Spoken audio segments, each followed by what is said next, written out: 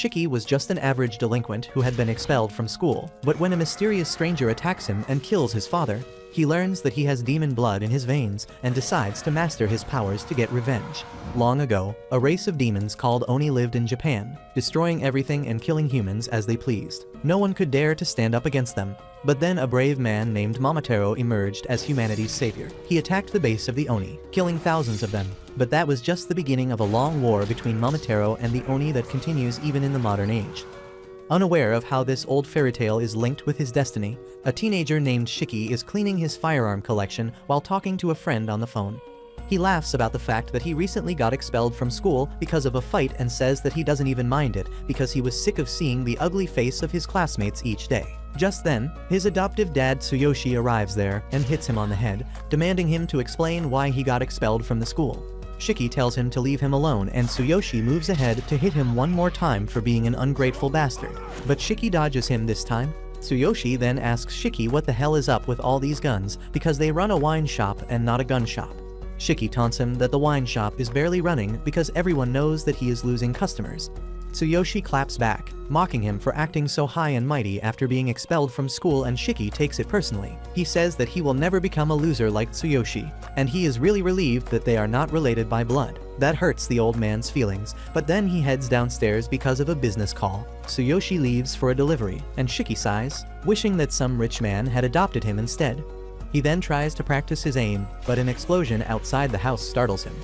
He goes outside to see what is happening, but a dense fog blocks his view. Suddenly, a gust of strange black mist shoots out of the fog and Shiki falls back in shock. The mist follows him, grabbing his leg and dragging him outside before dropping him on the street. As Shiki gets up and wonders what the hell is happening, a scary old man dressed in white appears there, ready to attack him. However, the very next moment, Tsuyoshi returns there and he rams his car into the attacker before telling Shiki to get into the car. He drives away as fast as he can, saying that their only option is to leave the country now. However, Shiki has still not processed what just happened. He asks his dad how could he just kill someone with his car, but Tsuyoshi tells him that the man is not dead yet, and they need to get as far away from him as they can. He is really distressed and tells Shiki to listen to him carefully as they don't have much time. Tsuyoshi tells Shiki that he is a descendant of the Oni, and the guy who just attacked him is the descendant of Momotaro. Shiki tells him to stop joking because it is not the time for that, but Tsuyoshi tells him that he is serious. Just then, a blade made of black mist penetrates the car's roof, and Tsuyoshi barely dodges it. He realizes that the attacker has caught up to them, and then suddenly, the windows of their car are covered by black mist, completely blinding them. Tsuyoshi stops the car near an abandoned warehouse and quickly gets out of it, telling Shiki that they need to hide immediately. Just then, the car explodes, and when Tsuyoshi turns back, he finds that Shiki is missing. Luckily, he sees a trail of black mist entering the warehouse and realizes that his son has been taken there. Inside the warehouse, Shiki finds himself trapped in a giant web made out of the black mist, with a scary guy named Samadare standing in front of him. Samadare tells Shiki that the Oni blood in his veins makes him nothing but a pest, and exterminating such pests is the job of the Momotaro agency. Shiki is still in shock that Samadare survived being crushed by a car, but just then Tsuyoshi comes there, telling him that the fairy tale of Momotaro is a real story. He says that for thousands of years, Momotaro and Oni have been at war with each other through their descendants who share their blood. Eventually, the Momotaro descendants joined hands and formed the Momotaro agency, gaining advantage in the battle and forcing the Oni to hide among humans to survive. Shiki still can't understand what is happening, but Tsuyoshi tells him to let Daddy handle it. Samadare suddenly creates two swords out of black mist, and in response, Tsuyoshi also unleashes the same ability to fight him. The two men dash towards each other, clashing their blades and releasing a powerful shockwave. Tsuyoshi somehow pushes Samadare back, but he calls him weaker than he used to be back then. Samadare explains that the black mist is the unique ability only the descendants of Momotaro can use, and Tsuyoshi was once his senior in the Momotaro agency. Shiki is aghast on learning that his dad is a descendant of Momotaro, but Tsuyoshi says that he has forgotten about that entirely. Samadare asks him if he has also forgotten how dangerous Oni are. He declares that for the crimes of sheltering an Oni, Tsuyoshi will also be eliminated. Tsuyoshi responds by attacking him first, but he and Samadare are equally matched in strength. Shiki can only watch their crazy fight in bewilderment, while Samadare asks Tsuyoshi why is he protecting a monster who only lives for destruction. Tsuyoshi tells him to shut up and tries dealing serious damage to him, but Samadare is much faster than he expected. He easily dodges the attack and then hits Tsuyoshi with a super fast combo, severely injuring him and knocking him out. Shiki is devastated on seeing his dad bleed out and he curses Samadare, saying that he will kill him. Samadare, however, tells him that he is going to go to the afterlife with his dad soon. Just then, Tsuyoshi grabs his feet and Samadare asks him why is he going this far to protect an Oni, and he replies that he needs no reason to protect his son. He says that Shiki has not harmed anyone yet, and it is wrong to kill him just because he has Oni blood. Samadare just creates a black mist sword to finish him off, and the rage boiling inside Shiki finally hits its limit. As his eyes turn red, he swears that he will kill the bastard who is trying to hurt his dad, and his demonic powers awaken. He starts bleeding from every pore of his face, and his demonic horns sprout out of his head.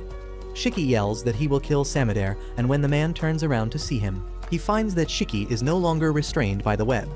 The very next moment, a bunch of guns made out of blood pop up next to his face, but thanks to his quick reflexes, he manages to block all the shots. However, Shiki has already moved on from that location, and while Samadare wonders where he is hiding, he notices blood dripping from the rooftop where Shiki is hanging upside down like a deranged Batman. Seeing his blood-covered form, Samadare realizes that Shiki has awakened, and now he can fight by manipulating his blood. But that is not even the scariest thing about fighting an Oni. Suddenly, Shiki lunges towards him, pushing him back with his powerful strikes. Samadare quickly flips the table on him, slashing his arm off, but Shiki jumps back and instantly regrows his arm. He then screams madly and Samadare begins to sweat because he realizes that this fight is not going to be easy. Shiki manifests his power in the form of numerous guns made out of blood, and Samadare is forced to use all his strength and speed to block the bullets. Just then, Shiki fires a freaking missile at him, and thanks to his instincts, Samadare dodges it by a very small margin, and the rocket explodes behind him. The old man is forced to run away from Shiki's ruthless assault, but then he throws his sword at him, hoping to take him down quickly. However, that is not nearly enough as Shiki quickly reaches him and kicks him away. Samadare is too tired and injured to move fast enough, and Shiki steps on his face before unloading a full military battalion worth of ammo on his ass. However, Samadare somehow manages to get away with his life, even though he is terribly injured. He curses Shiki, but then suddenly, Shiki collapses and the guns made of blood shatter.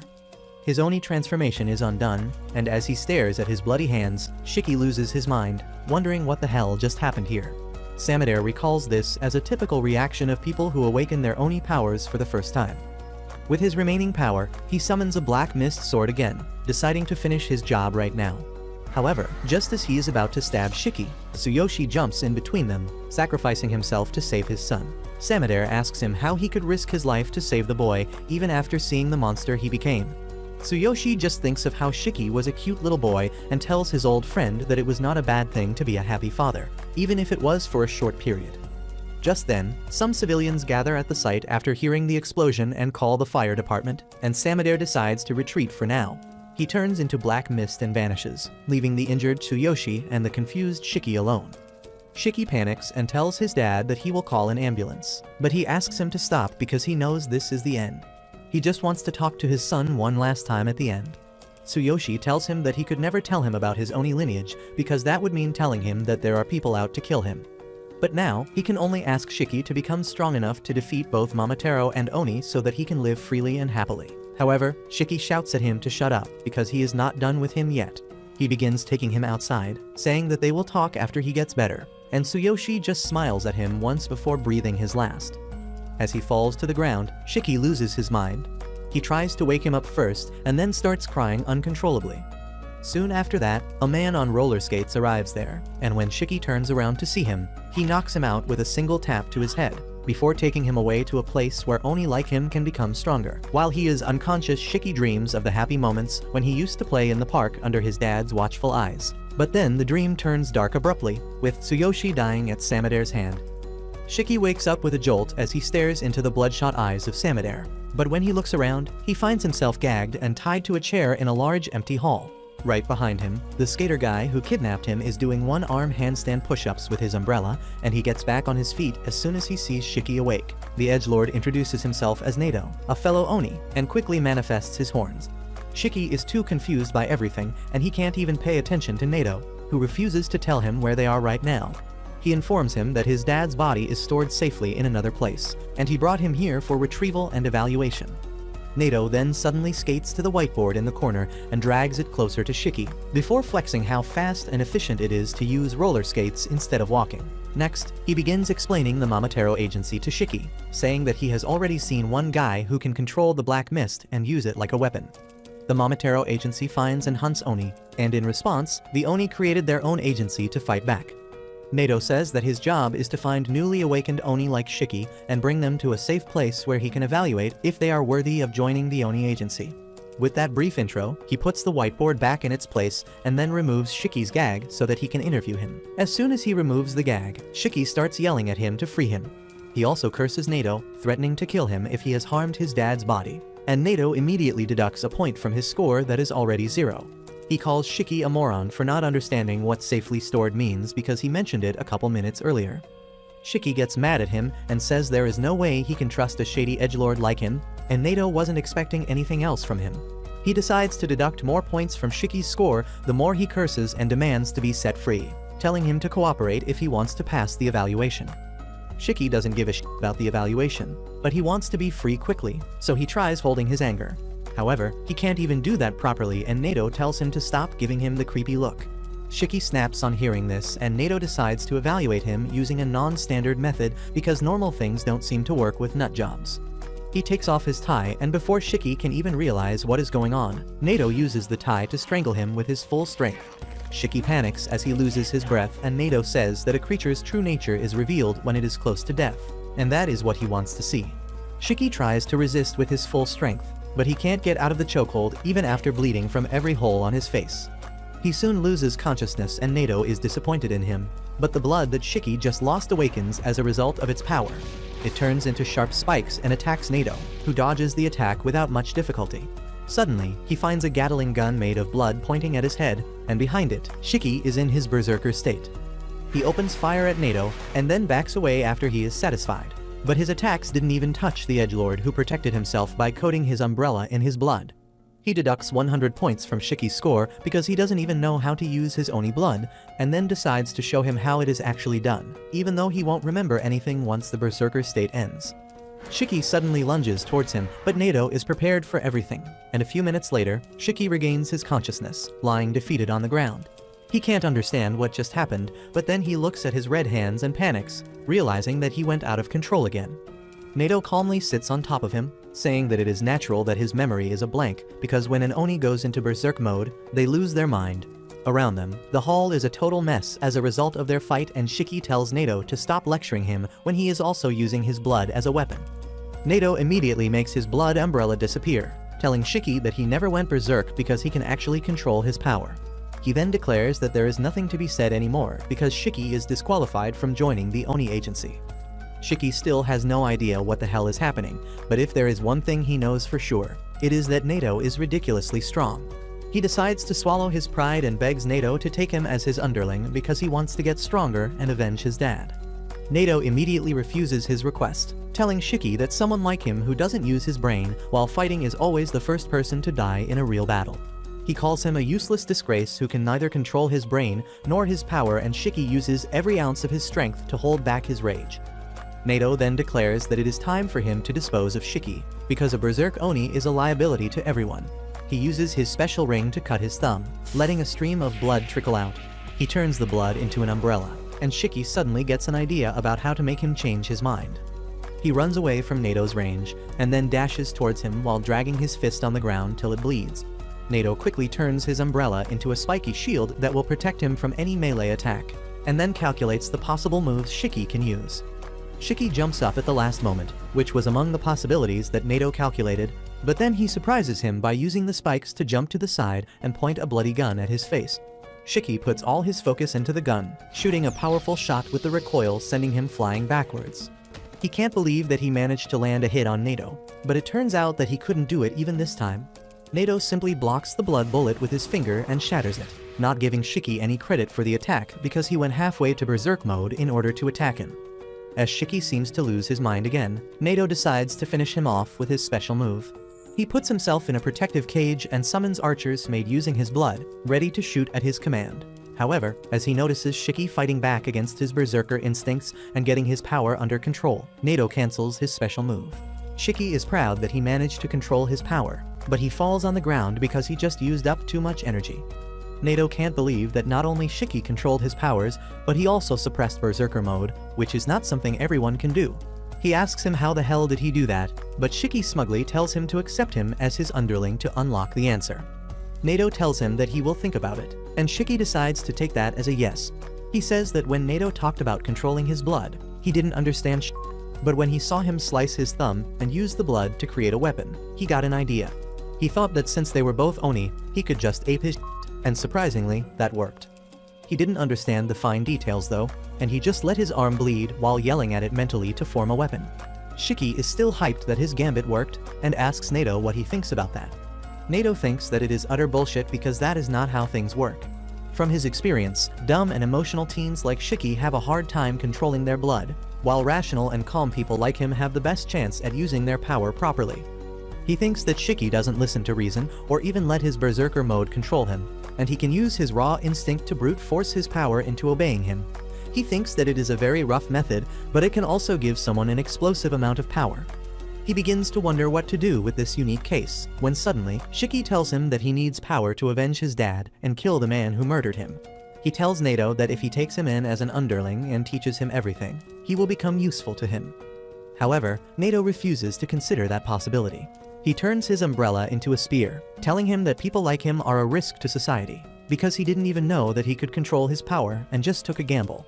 He says that he can't accept him as a lackey, and then acts like he is going to stab him with the spear, but only hits the floor near his head. He tells Shiki that he won't accept him as an underling, but as a student, and that is really confusing for Shiki, because he thinks both are the same thing. Nato tells him that he passed the test barely, but he will give him the chance to prove his abilities. Shiki can't make sense of what is going on, so Nato decides to start from the basics. He tells him that they are on an island called Hell's Doorstep, which was known as Onigashima in the past. It was the place where the original Momotaro massacred demons, but now it is a place where the Oni can live safely. At the center of the island, there is the Rosetsu Academy, which is a military school that trains Oni to fight against the Momotaro agency. Shiki gets freaked out on learning that he is on an island, but Nato pokes his face, telling him that it is not important. The most important part is that the Rosetsu Academy will teach him everything from general education, controlling his Oni blood, fighting techniques, and the history between Momotaro and Oni. Nato is Shiki's homeroom teacher, and he tells him more about how they do things here at the academy, but that is more than his pea-sized brain can handle. Shiki doesn't even care about that because all he wants to know is if he can become strong enough to avenge his dad. Nato can't give him any guarantee, but he tells him that if he can't become strong enough to fight the Momotaro agency, he will be expelled from school. Soon, Shiki gets dressed up, and he is excited to go to a different kind of school, but Nato warns him that other people have passed the test this year, and he is probably the least skillful amongst them. Suddenly, Shiki remembers his dad and asks Nato where his body is. Nato replies that they have kept him in the morgue because they wanted Shiki to handle the funeral as per his beliefs. Shiki gets a bit gloomy on thinking about his dad's death, and Nato tells him that being a gloomy idiot is a waste of time, and he should focus only on becoming stronger so that he can get his revenge. Shiki says that he seems like a nice guy after all, and that embarrasses Nato, who speeds away, telling Shiki that if he doesn't reach the class before him, he will be expelled. Shiki somehow catches up to him, and as he wonders how should he enter the class to farm the maximum amount of aura, Nato just kicks him through the door. Shiki feels like he got some aura debt because of his uncool entry, and he asks the masked boy named Jin for some tissues for his nosebleed. Jin turns out to be an even bigger edgelord than their teacher, and he tells Shiki to stop talking to him. Shiki gets mad at that and starts teasing him for not having his horns yet. Jin simply manifests his horns, saying that only dumb rookies who can't control the horns flaunt them all the time. This comment offends another guy named Ikari, who also can't control his horns. Things start getting tense in the classroom with Shiki getting up close and personal with Jin. However, before things can get violent, Nato suddenly arrives behind them and Shiki finds himself sitting right next to Jin without even realizing when it happened. Jin is equally shocked, but Nato doesn't have time to waste with what his students think. He says that for their first lesson, they are going to play a game of tag. He takes all the students to the forest, telling them that they have 1 hour to get back to the school while avoiding being caught by him. Nato then declares that anyone who doesn't make it back to school in the time limit will be expelled, and he doesn't care about Shiki's objection. He then tells the students that they are free to use their powers, and he will only use his in case someone goes berserk. Jin confidently says that he might get killed if he doesn't use his powers, and Nato has no issue with that. Instead, he says that if someone kills him, they will graduate instantly, and then they can join any squad that they wish to fight the Momotaro agency. He then says that the school is there to prepare them for real-life challenges, and he is going to test them at each step. He asks everyone if they are ready, and Shiki replies that he is going to give it his all and ace the tests. Nato then reveals that there is another rule, and takes out 2 balls that are still smaller than mine. He tells the students that they need to have a ball with them when they reach the academy to pass this test, and then suddenly throws them into the restricted area. The students think that since there are only 2 balls, they will have to fight for them, but then Nato reveals that they will be divided into teams. The first team has Shiki along with Jin and the timid pink-haired bitch, Homer. The second group has the delinquent named Ikari and the nerd Juji, while the third group has the nervous Roku and Kuina, who seems the most confident out of everyone present there. Nato tells the 3 teams that he will enter the restricted zone 15 minutes after them so that they can get a head start, but Shiki interrupts him, saying that he doesn't want to team up with the masked weirdo. Nato tells him that he will be expelled if he can't work in a team, and he is forced to take his words back. After that, Homer politely introduces herself to Shiki, who has never had any sort of female interaction in his entire life. He immediately gets butterflies in his stomach as he sees Homer approach him, and he confidently tells her that he will protect her. She gets flustered on hearing this and tells him that he doesn't need to go that far, because all she wants is to not get in his way. Next, she goes to introduce herself to Jin, but he is an edgy Tate fan who doesn't even bother to respond to her. Homer's low self-esteem kicks in, and she starts crying and apologizing for talking to him. Shiki starts yelling at Jin for hurting the girl's feelings, and then he quickly moves on to comfort Homer, telling her that she should not ruin her cute looks by crying. He then returns to taunt Jin, but the Tate fan tells him to stop being a beta simp. Nato interrupts their quarrel and tells them to head inside because they don't have all day. Jin and Shiki immediately run towards the restricted forest, and after a while of staring around cluelessly, Homer also follows them. Inside, Jin starts jumping through the trees like a ninja from Naruto, thinking about how killing Nato will earn him his graduation and the right to join whichever squad he wants. He wants to take this chance to get on the front lines and face his greatest enemy again. But then suddenly, Shiki tries attacking him from behind, snapping him out of his internal monologue. Jin asks him what the hell is wrong with him, and Shiki replies that he is going to prove that he is stronger than him. Jin is all in for a fight as well, and he removes his mask to reveal some terrible scars around his mouth. Shiki is creeped out, but he says that only weaklings show off their old scars, but Jin doesn't fall for his taunts. He simply removes his gloves, revealing that his hand is covered in stitch marks too. He tears one of the stitches to let out his blood and turns it into circular saws. Shiki is shocked to see this because he thinks that the author of Chainsaw Man will sue them for copying his ideas. Jin tells him to stop wasting his time and run away if he is scared, but Shiki replies that if he runs away now, he won't be able to avenge his father's death. Jin is taken aback on hearing that, but then he suddenly grows menacing as he tells Shiki that they will never be able to understand each other. Shiki tells him that he doesn't want to understand him in the first place, and bites his thumb to release his blood. However, he fails to turn it into a gun this time and panics, wondering what exactly he should do to make it work.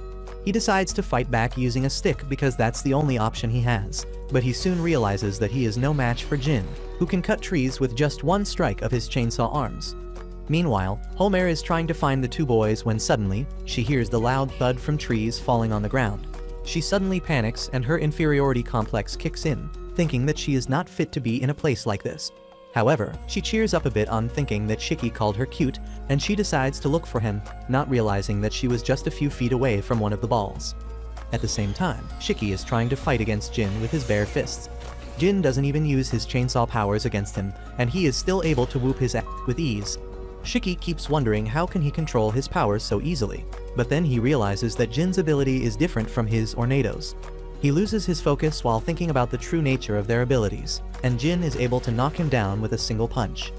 Shiki feels frustrated because of this, and Jin decides to let the loser cry in peace. However, just as he starts walking around, Shiki gets back up on his feet, telling him that the fight isn't over. The pissed Jin just sends a chainsaw towards him, and at the exact moment, Homer arrives there. Thanks to her negative survival instincts, she doesn't even notice she is walking right in the line of fire. Shiki panics on seeing this, and luckily, he manages to get her to safety, even though he gets slightly wounded in doing that. He quickly gets up from top of Homer and tells Jin to apologize to her, but Jin replies that it would have been her fault if she died from his weak attack. Shiki is pissed at this, but then suddenly, he hears Homer chanting she is sorry like a prayer. He tells her that it is not her fault, but Homer is in a trance and she suddenly starts bleeding out from her nose. The blood slowly takes the form of a giant human, and both Jin and Shiki freak out, wondering what in the name of Attack on Titan is this. Homer tells them both to run away because her female Titan is going to kill them. Just as she says this, the female Titan hits the ground with her full strength, and Shiki barely avoids getting hit by her attack. Jin, on the other hand, jumps right towards the female Titan to fight back, but his chainsaws can't do much damage to her giant body. Shiki asks Homer if she can't stop that thing, and she apologizes because she can't do anything. She suddenly collapses after losing too much blood, and Shiki decides to get her away from the female Titan to help her. However, he is shocked to see the Titan protecting her, and even Jin wonders if Homer's blood has a will of its own. Suddenly, the female Titan starts spitting blood violently, and while Jin hides behind a rock, Shiki takes the full force of the attack head-on. The crying Homer asks the female Titan to stop, calling her elder sister, and Shiki gets up, confused about what she means. Homer once again asks him to run, but Shiki refuses, saying that she will die of blood loss if he doesn't help her, and he doesn't want to see anyone else die in front of him ever again. Suddenly, the female Titan lets out a powerful roar whose shockwave reaches even the rest of the students outside the forest. Nato watches everything from a treetop, and he decides to let Shiki and Jin try to deal with Homer's blood release ability before he steps in. Back at the location of the battle, Shiki tries injuring himself to draw blood and use it as a weapon, but that doesn't happen. The female Titan attacks him and he dodges, but then the female Titan scoops up some rocks from the ground and hurls them at him. He takes a hit and gets flung away, but the thing that hurts him most is how pathetically weak he is right now. He has never lost a fight before, but now he is just a useless brat. He starts crying because of frustration, but then Jin comes out to join the fight and tells him to go home if he is going to cry like a Shiki gets mad at him and tells him that he was just sweating from his eyes, but Jin doesn't have time for that. He slices open his wounds again, and this time, he creates two different types of chainsaws on either arm. The damage he took from the female Titan's previous attack is still bothering him, but he is determined to win every fight in front of him. Nato just watches from afar, and he is impressed that Jin can create two types of weapons at the same time. He begins explaining how Oni blood can take any form they imagine, but it is often influenced by their past trauma, preferences, and experiences. Meanwhile, Jin rushes towards the female Titan, using the circular chainsaw to climb up. He then tries to ape Levi Ackerman by attacking the female Titan's neck, but she sacrifices an arm to protect herself. While he fights the female Titan, Shiki screams at his hand to make something. He wonders why he can't make a weapon when Jin can, but then suddenly, he realizes that Jin only makes things for cutting, and even Homer has a personal connection with her female Titan. He thinks that he can make guns because he likes them more than an average American, and he suddenly figures out how to control his powers. On the other side, Jin is having a hard time fighting the female Titan, who suddenly lets out a loud roar that bursts his eardrums. He loses his sense of balance and thinks that he is going to die, and even Nato gets ready to step in, but then Shiki declares that he will take the fight up now. He points a powerful grenade launcher at the female Titan, and Nato is impressed that he figured it out.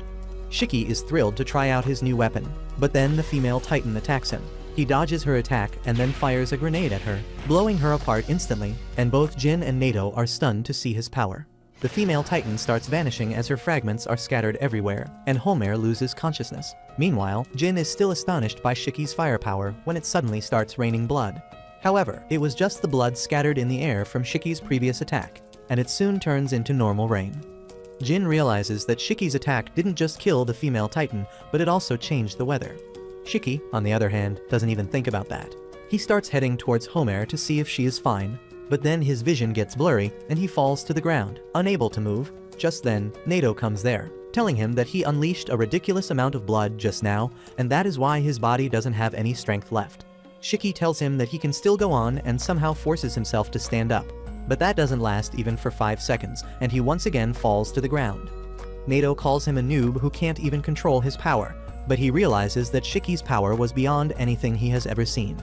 He tells Shiki that if he uses up too much blood, he could even die, and that makes him worry about Homer instead of him. He asks Nato to check up on her because she might have used a lot of blood, and he is fine being checked after her.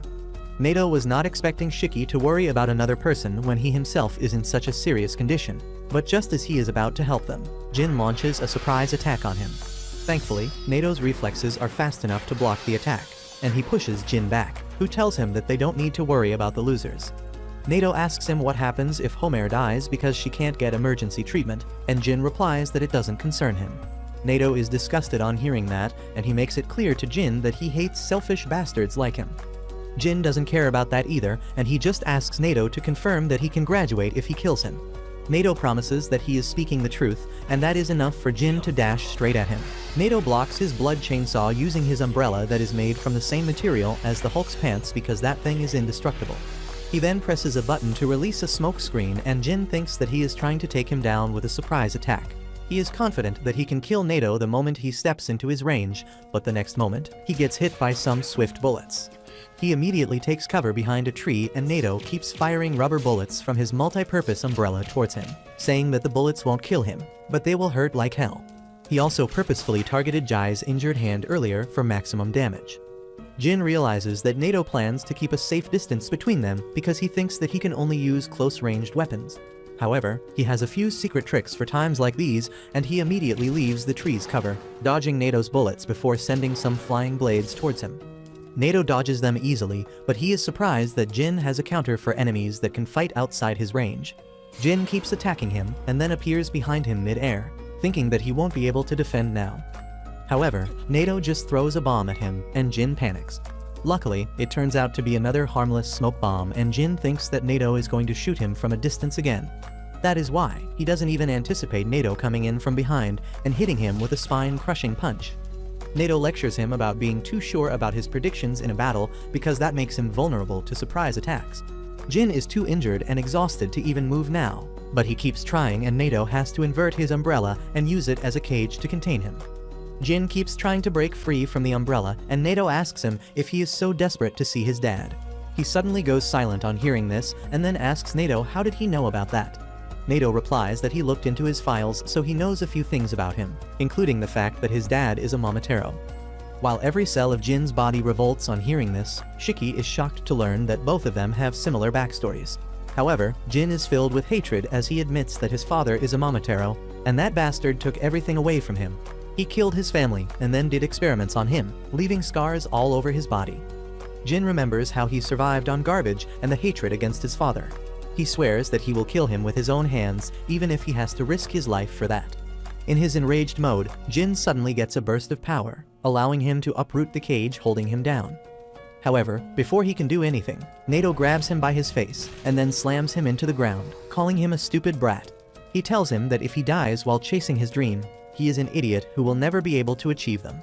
He tells him to live for the sake of making his dream come true, even if it means accepting defeat and humiliation. Jin finally stops moving with that, and then Nato calls the school to send the nurse because he has an injured student here. He informs the school that Homer has been retired from this test because of her blood loss, and Jin has also been tied up. Shiki, on the other hand, is still standing, and Nato tells him that he has barely 6 minutes before the time limit runs out. He has one of the balls in his hand and tells Shiki that he can either try to take it from him or find the remaining ball within 5 minutes and reach the school. Shiki says that it is not fair, but he has no choice except playing by Nato's rules. He immediately runs away, and Shiki decides to chase after him to see what he does. Meanwhile, Jin is sitting silently where he is tied to a tree when suddenly, Shiki pops out of the bushes nearby. He walks over to Jin, telling him that he will free him, but in exchange, he will have to work together with him. Jin is shocked by this offer, and Shiki says that neither of them can beat Nato on their own, but if they work together, they have a chance. Jin refuses, saying that being rescued by an idiot will lower his pride, and Shiki doesn't even bother to debate the point that he is an idiot. He asks Jin if his pride is more important to him than his goals, because he cannot achieve his goals just by sitting here. Jin asks him why does he even care about that, and Shiki reveals that his dad was a Momotaro too. Jin is shocked to hear this, and then Shiki pulls the good old Naruto on him, telling him that they are the same. Meanwhile, Nato is looking for Shiki, and since he can't find him, he doubts that he returned. Just then, he sees Shiki running away while cursing Jin, and decides to corner him immediately. Shiki stops as soon as Nato jumps in, telling him that he is running out of time while flexing his ball. Shiki starts cursing Jin in his mind, not because he is not helping him, but because despite being rescued, he wanted to be the one in charge. Just then, Jin jumps at Nato from above, aiming for the ball, but he easily dodges him. However, that was just a feint, and Jin's real move is to throw a stone tied to a rope at Nato. The rope loops around him, quickly restraining him, and then Shiki catches the other end. He and Jin start pulling Nato with all their might, but he digs his heels into the ground, pretty sure that they don't have enough stamina to win against him. Suddenly, Jin shoots a blood blade at Nato, forcing him to dodge, and he loses his balance in an attempt to do that. That is enough for Shiki, who rushes towards him and hits the ball out of his hands. The ball lands near Jin, and Nato is pretty sure that if he tries to take it to the school, Shiki will try to steal it from him. He plans to take it from them while they fight, but to his surprise, Shiki tells Jin to take the ball and run. Jin does exactly that, and Shiki keeps cheering on him excitedly. He tells Nato that they got the ball from him, but then Nato reminds him that only the person who takes the ball to the school passes, and at this rate, that will be just Jin. Shiki is stunned on realizing that, and Nato realizes that he is a complete moron who doesn't think about the benefits and losses before taking any action. He does indeed regret his decisions quickly and yells at Jin to come back, but he is too far away to listen to him now. Jin is sure that he can make it back to the school in time at this rate, but then he remembers how this would not be possible without Shiki's help, and suddenly, he can't just abandon him. He turns around and runs towards Shiki, who is dumbfounded and asks him if he is as directionally challenged as Zoro. Jin tells him to shut up because the only reason he is doing this is because he doesn't want to owe his success to an idiot. He would rather fail and achieve his goal on his own, and that is why he asks Shiki to take the ball and head to the academy. However, just as they are about to make contact, a small pink creature comes running there at great speed and stops right in between them. Nato immediately pauses the test, telling them that they shouldn't fight when Muku, their high-speed courier delivery pet, is here with them. He knows that Muku is dispatched only when there is an emergency, and he activates the radio on its back to receive a request for backup from the Kyoto branch that is under attack by the Momotaro agency. Outside the test zone, the rest of the students are patiently waiting for their turn, thinking that Shiki and others failed because it is already past the time limit. However, Nato returns along with Shiki and Jin just then, telling the other students that the Kyoto branch is in serious danger, and it is requesting backup, so they are heading there instead of conducting the test. They immediately get on a boat and head towards the Kyoto branch, and the students have mixed opinions about being on actual battlefields so quick. However, Nato tells them that they won't be fighting, and he only needs them to support the actual fighters. Soon, they reach Kyoto, and Nato leads them to the area around a famous temple, saying that the Oni agency base is located right underneath it. He takes the students to an ordinary-looking restaurant, where a creepy old woman welcomes them. Once they reach the living room, the old woman reveals a secret underground staircase that will lead them to their destination. Meanwhile, at another location, Tsubakiri, a captain of the Momotaro agency, has just finished hunting down a unit of Oni. He calls them a bunch of maggots pretending to be soldiers, and his vice captain Yomogi tells him that he went overboard again. She complains about all the mess he made because it is going to be a pain to clear it, and Tsubakiri replies that he just gets too annoyed when he sees maggots. He wishes that they got to face a female Oni instead because they are resilient and can tolerate more pain than males, which makes them a good choice for his experiments. Yomogi tells him that his experiments are disgusting, and she hates them, especially the thing that is walking towards them. Tsubakiri tells her not to be cold to his favorite creation, which is a blend of a dog, a monkey, and a pheasant. He has named it Ugly, and that is the only thing Yomogi can agree with him on. Tsubakiri says that Ugly is his important research specimen as well as a loyal member of their anti-Oni biological weapons. Mommy Yomogi says that their job is to kill dangerous Oni and save civilians, and he should contribute more to that rather than wasting his time on creepy research. Tsubakiri tells her that Oni blood is a truly fascinating thing, and he is doing his best to help in his own way. He claims that if they can learn how to control Oni blood on their own, it will surely help the Momotaro agency tremendously, and even better, if they can turn the healing factor of the Oni blood into a medicine, they could become richer than Elan, Jeff, and Zuck combined. Yomogi reminds him that even the Momotaros have similar abilities, and Tsubakiri says that it isn't wise to experiment on people. However, the Oni are maggots in his eyes, and he says that they should experiment on them because simply killing them is a waste. A terrified Oni kid hears all of this while hiding behind the corner, and he tries his best to remain quiet. As soon as he hears the footsteps of the two Momotaro agents head away from him, he takes a sigh of relief, and that turns out to be his fatal mistake because Tsubakiri hears him and immediately comes over to his location. The child freaks out and Tsubakiri decides to take him to the lab. Yomogi tells him that she will knock him out so that he doesn't create problems, but as she is trying to put him to sleep without anesthesia, a drop of blood spills on Tsubakiri's coat. Yomogi realizes that this means trouble, not for her but for the Oni kid. Tsubakiri walks up to him and starts kicking him, saying that even though he is fascinated by Oni blood, it is a filthy thing, and he won't tolerate it on his uniform. He then asks the kid if his parents live nearby and were they part of the group he just killed. On getting no answer, he lifts up the corpses of the Oni nearby to show them to the kid, asking if his parents are here. The kid is too terrified to even speak, and Tsubakiri decides to crush him with the corpses. Yomogi is creeped out by this because out of all the Momotaro abilities she has seen, Tsubakiri's is the most diabolical. The black mist that comes out of their bodies is actually a special bacteria that lives in their blood, and they can use it to create weapons. Tsubakiri, however, can use the bacteria to control corpses, and she still can't get used to it. Soon, Tsubakiri finishes killing the boy, and he tells Ugly to eat the giant Oni dumpling while they go ahead and find more maggots to kill. On the other hand, Shin and other students are walking through a wide tunnel, and Nato tells them that some shops in this area have access to this tunnel that leads to their base. They soon reach the gate that leads them to the space right below the Uryuta temple, which is fashioned like a traditional Japanese house. The students can't believe their eyes as Nato tells them that this is the headquarters of the Kyoto division of the Oni agency. Just then, a doctor comes out of a room, complaining about all the work he has to do, but his attitude suddenly changes when he sees Nato. The doctor greets him cheerfully and then starts fixing his hair as he notices the blonde baddie. She turns him down immediately, but that doesn't let the simp's heart get broken because he is actually used to rejections. Shin asks who this clown is, and Nato introduces him as Kyoya, the commander of the support unit at the Kyoto base. Kyoya adds that he and Nato were classmates back in the academy, but Nato doesn't have time for his idle chatter. He decides to head to the front lines immediately, and Shin asks him to take him along as well. Other students also want to go with him rather than dealing with a weirdo like Kyoya, but Nato isn't going to listen to them. He tells Kyoya to use these brats as he pleases before he leaves, and just then, the nurse tells Kyoya to get back in and do his work. She notices the students from the academy as well and tells them to get changed immediately because they need all the help they can get.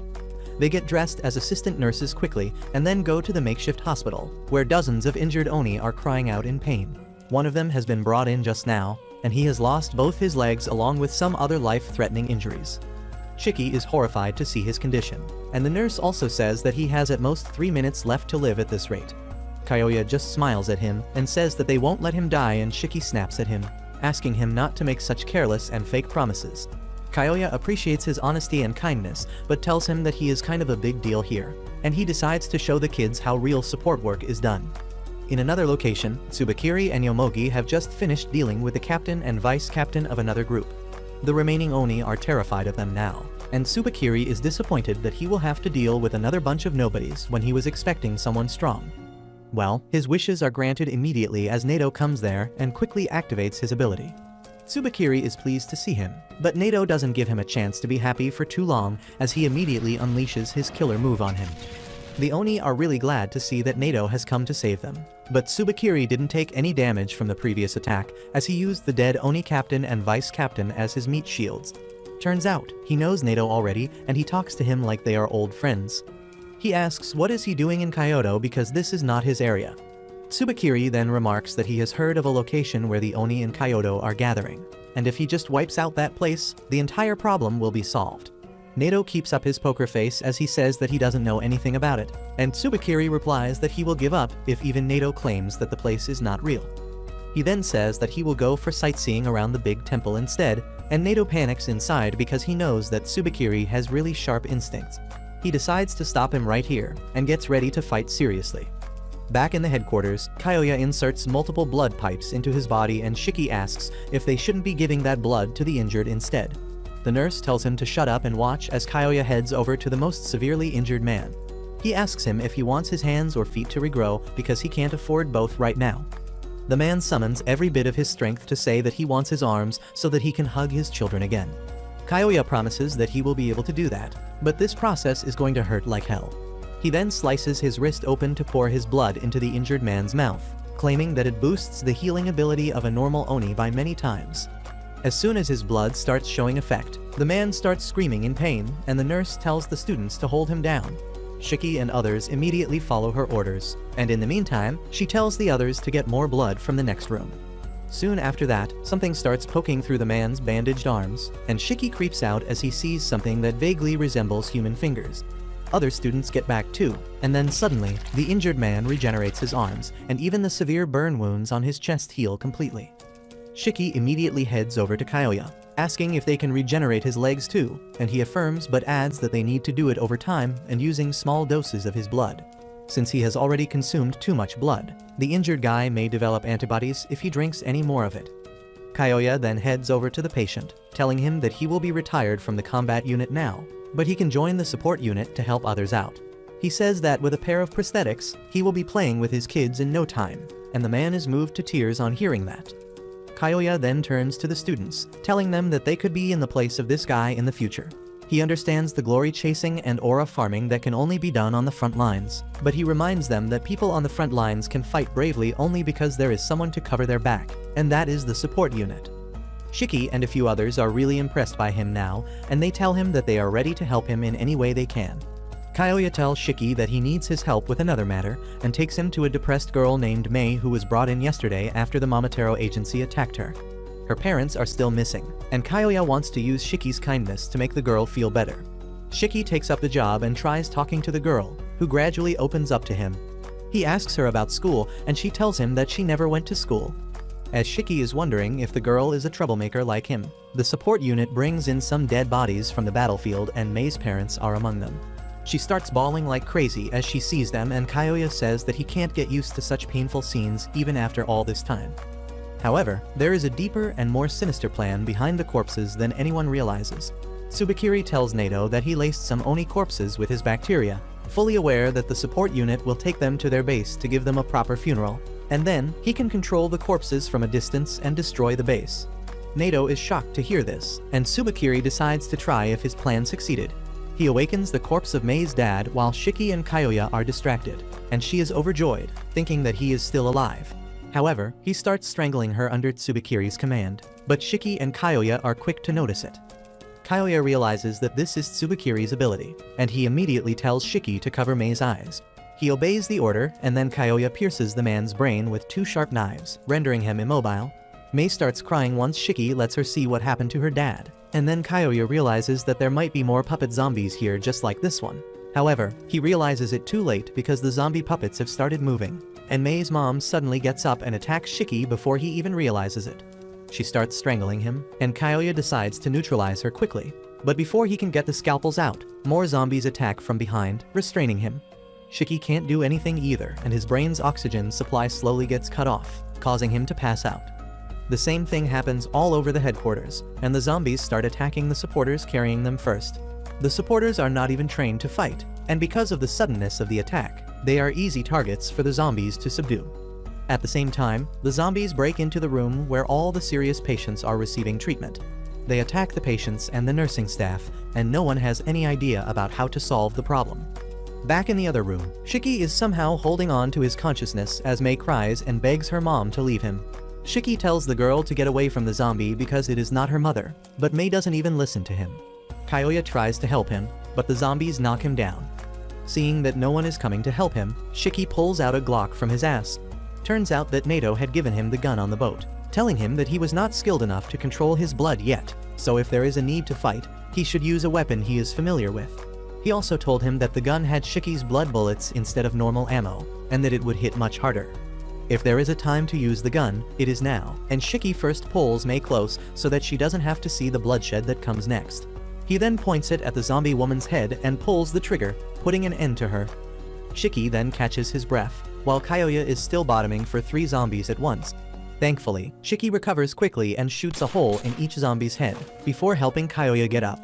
Kyoya complains that the support unit is not ready for such situations, and he puts Shiki in charge of cleaning this mess while he evacuates the patients. In the main hall, the rest of the students are fighting with the zombies using just their fists because they are not sure about the situation yet. They wonder how to put the zombies down for good because they get back up no matter how severely they are injured. And just then, Shiki and Kyoya arrive there. Shiki tells everyone to aim for the brains, because that is the only way to stop the zombies. He immediately starts hitting headshots in all directions, and Jin is the first to follow his lead. Jin slices open his stitches and does some surgery on the zombies in front of him, and the others also gradually realize what they need to do. Using this chance, Kyoya commands the support staff to evacuate the patients and treat anyone who is freshly injured. Meanwhile, Shiki keeps firing at the zombies like his gun has infinite ammo, but he thinks that killing people who are already dead is the grossest thing he has done in his entire life. He starts getting first-hand trauma as he thinks that every zombie he kills was once a person who had family and friends who cared about them. He feels like he will cry at any moment now, and he wonders why they are hurting their own people when their enemy is the Momotaro Agency. On the other hand, Nato is still in a standoff with Tsubakiri. He decides to take him out in close combat, but Tsubakiri uses 3 dead Oni as his shield. Nato is pissed, but then he notices the monster Ugly next to him, ready to deliver a devastating blow. He somehow dodges the attack at the last moment, but Ugly smashes through the 3 Oni. Nato is not happy with this, and Tsubakiri tells him that he should be happy that the pests infecting this world are dead. Nato tells him that no matter how strong he is, he cannot win every battle as a loner, but Tsubakiri finds that ironic coming from another loner. His point is proven within seconds as the fodder Oni offer to support him, but he tells them to evacuate to safety because they will only hold him back. Tsubakiri tells him that no one is leaving this place, and he commands his assistant Momogi to do her job. Mommy Momogi steps up and uses her power, creating an impenetrable barrier around Nato and the other Oni that traps them in their place. Tsubakiri tells Nato that he can't leave this barrier until Momogi permits, and in the meantime, he will take a stroll around the Oni headquarters. Nato panics as Tsubakiri reveals that he planted transmitters on the all Oni corpses, and they all have gathered right under the Uryuta temple, so that must be the Oni headquarters. Tsubakiri starts walking towards the temple, and he commands Momogi to send Ugly inside the barrier. She gives the creature the permission to enter her barrier, and Nato gets ready to fight it. However, Tsubakiri says that this creature is mass-produced, so it is perfectly fine even if they sacrifice. He snaps his fingers and Ugly's belly suddenly starts swelling up. Nato realizes that it is going to self-destruct and tells everyone to get down, but there is not enough space in the tiny room for them to avoid the explosion that is powerful enough to shatter Momogi's barrier and destroy nearby buildings. Momogi asks if they should double-check to make sure that Nato is dead, but Tsubakiri tells her that there is too much smoke there and he doesn't want his uniform to get dirty. That turns out to be a mistake because despite being unconscious, Nato doesn't seem to have any major visible injuries. Back in the headquarters, Shiki and others have finally managed to defeat all the zombies, and Kyoya has also transported the patients to a safer location. He thinks their problems are solved with this, but then he notices Mei, who is staring blankly at her parents' corpses. He goes to console her and Shiki joins him. He apologizes to Mei for shooting her mom, but she coldly replies that it is alright. Shiki is shocked by her response, but Mei continues, saying that she was always running from one place to the other, hiding from some threat that she didn't even know about. She had no friends, and she didn't even go to school, and she had an idea that something like this would happen one day. She puts on a fake smile as she tells Shiki not to worry about her, and his heart shatters on hearing this. He remembers his own childhood and how he always admired superheroes. In their folk stories, Momotaro is supposed to be the hero while the Oni are villains. He asks if this is how the heroes of the fairy tales work. He suddenly hugs Mei, declaring that he will become a villain and crush all the heroes. He promises Mei that he will create a world where she can smile again, and she doesn't know how to respond to that. Soon after that, Kyoya takes Jin with him for support as he explains his plans to cremate the bodies of the dead Oni, but Jin is not interested in his yapping. On the other hand, the rest of the students are dragging the bodies to carry them to the funeral house, but the stuck-up nerd named Juji seems to have other things in mind. Hikari tells him to stop slacking around and help him, and Juji says that he has a theory. Since they were attacked here, he believes that the headquarters are not as safe as they thought, and they can be attacked again. Juji's ability is more suited for scouting, so he decides to keep watch. He immediately cuts open his thumb and lets his blood fall on the ground, creating a radar that can sense any living being within a 5-kilometer radius, and he can even confirm if they are Momotaro. Hikari is seriously impressed by his ability, when suddenly, Juji spots some hostile people approaching their base. Those signals come from Tsubakiri and Momogi, who have reached the shop that served as the secret passage to the Oni headquarters. The old woman there is already dead, and Momogi has found the entrance to the tunnel as well. While she inspects it, Tsubakiri calls the Momotaro agency, asking them to send several mass-produced uglies to his location, as well as a special-purpose ugly that he made himself. He also asks for information on a certain high-risk Oni whose name he forgot, and then gets ready to go inside. Momogi tells him that the area seems to be really huge and there might be a lot of Oni there, so they need to be careful. She suggests tossing in some poison gas to make their work easy, but just then Tsubakiri gets the file of the high-risk Oni that is none other than Shiki. He tells Momogi that they can't use poison now because he wants Shiki alive. She is surprised to hear this, and Tsubakiri says that Shiki is really special for an Oni, and he cannot miss the chance to experiment on him. On the other hand, Kyoya shows Jin the crematorium where they burn all their dead friends. Jin is a bit taken aback to see it, and Kyoya says that once a war with the Momotaro agency begins, a lot of people end up dead. He warns Jin about the dangers of the line he is stepping out into, but tells him that he doesn't have to worry too much because he can heal from almost anything. After that, he suddenly gets too friendly with Jin and asks if he has a girlfriend. Jin completely ignores the weirdo and walks away, and as Kyoya chases after him, he suddenly senses someone approaching him from behind. He turns around at the same moment he is stabbed by Tsubakiri, who was actually aiming for his back but missed. Kyoya is too surprised to react, but Jin instinctively releases his blood chainsaws to fight against the enemy. However, before he can do anything, Momogi appears behind him, locking his chainsaws in her black prison and then cracking up his arm. Jin cries in pain, but the black prison around his arms don't hold on for much longer.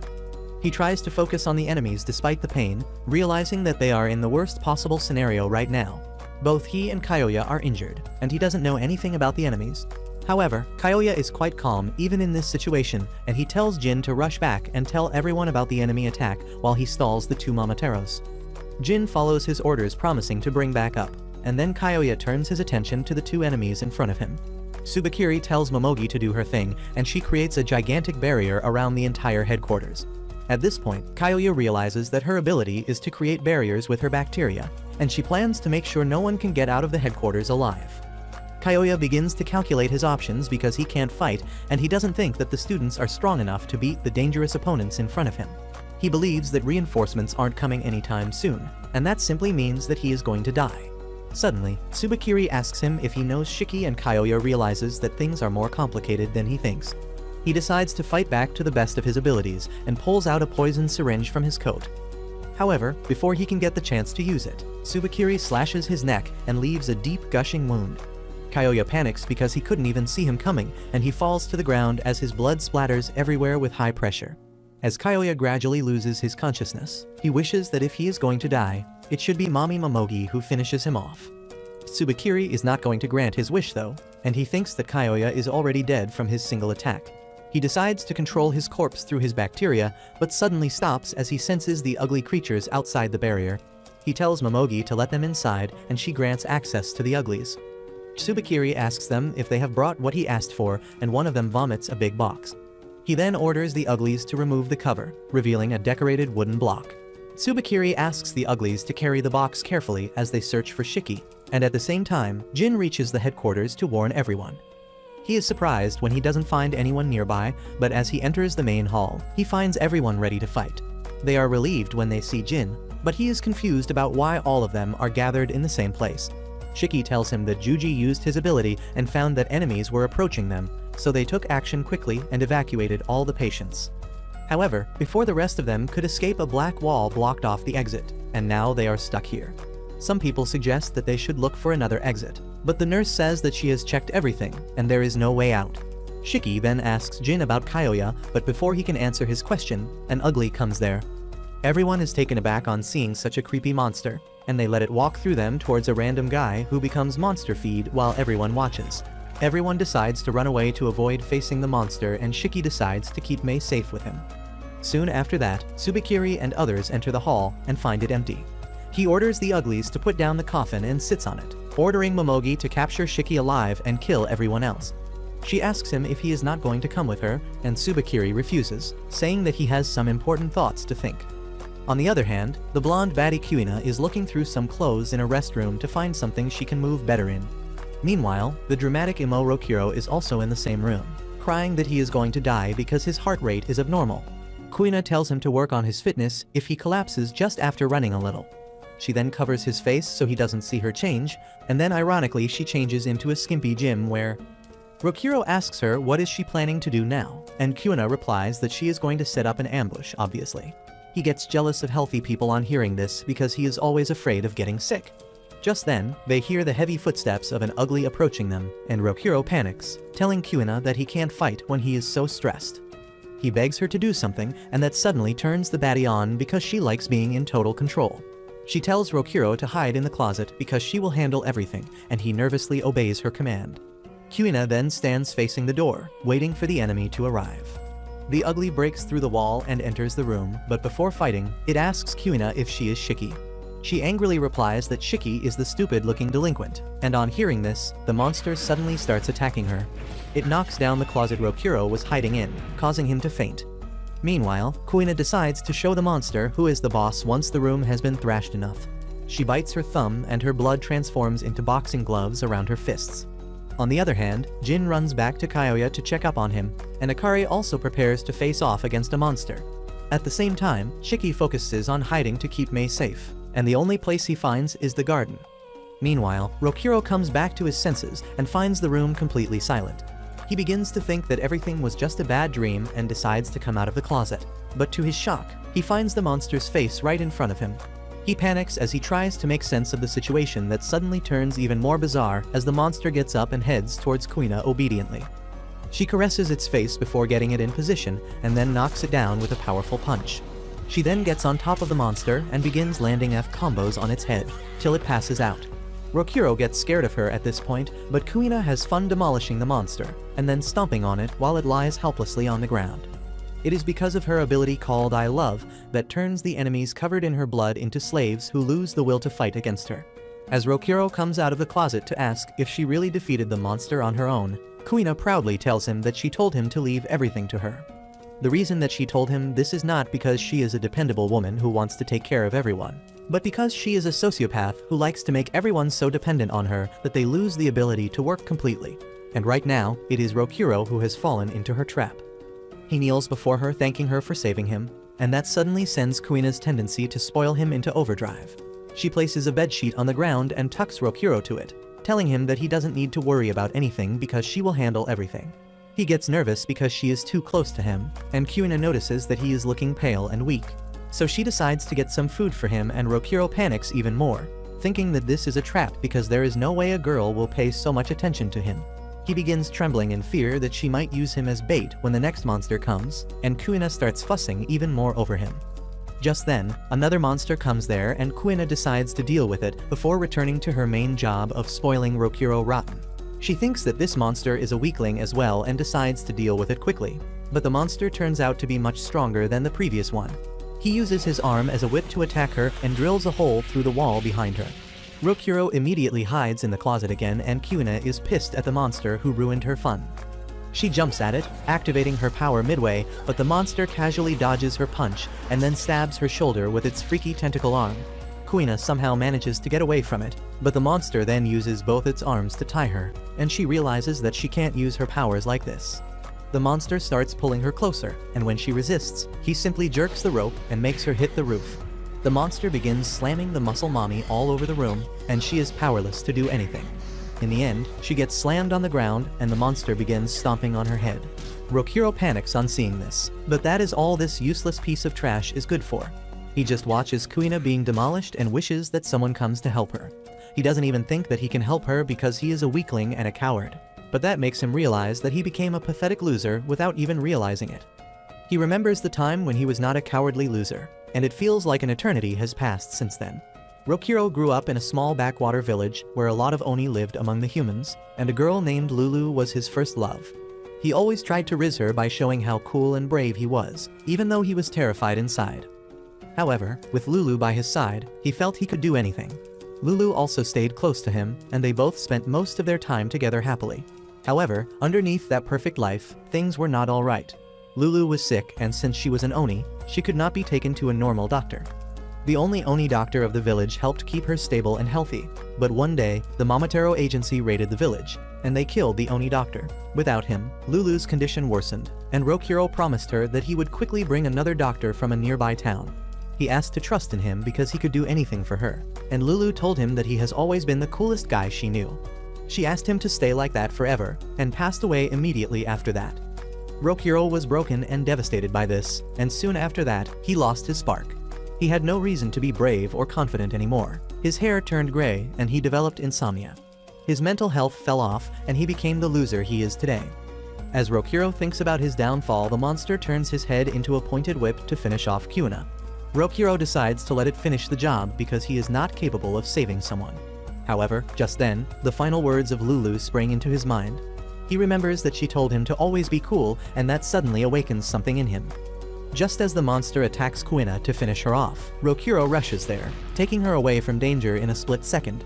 He realizes that if Lulu saw him right now, she would be disappointed in him, and he is not going to let that happen. He looks at the unconscious and injured Kuina and thinks that she fought so hard to protect him, and now it is his turn to return the favor. However, he is incredibly terrified right now and doesn't even know if his heart can handle the fight. But he thinks of Lulu once again and calms himself. He bites his thumb to release his blood that takes the form of Lulu. Now that his girl is in front of him, Rokuro calms down even further and asks her to stay with him even though he is not as cool as she would like. The blood construct Lulu hugs him from behind and the blood slowly starts covering his body, removing his anxiety and panic. However, this is not his true ability, and Rokuro is able to activate his ability once he is fully confident. His blood coats his body and Rokuro suddenly turns into some sort of K-pop idol. The monster attacks him after he transforms, but Rokuro easily dodges his attack and then does some fancy spins in the air before landing behind it. The room is already filled with flower petals made out of blood, and each one of them is a deadly blade. As the petals hit the monster, its body is shredded into pieces, but the monster still survives the attack. Rokuro, on the other hand, is brimming with confidence because Lulu is with him. He challenges the monster to attack him and gracefully dodges everything.